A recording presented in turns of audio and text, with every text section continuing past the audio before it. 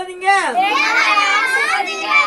எங்கள் ஆவி ஆத்மா சரீரத்தை இயேசுவின் இரத்த கோட்டைக்குள்ளே மறைக்கிறேன்.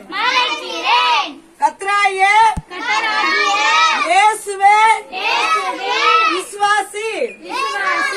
அப்பொழுது நீனும் உன் வீட்டாரும் ரட்சிக்கப்படுவீர்கள்.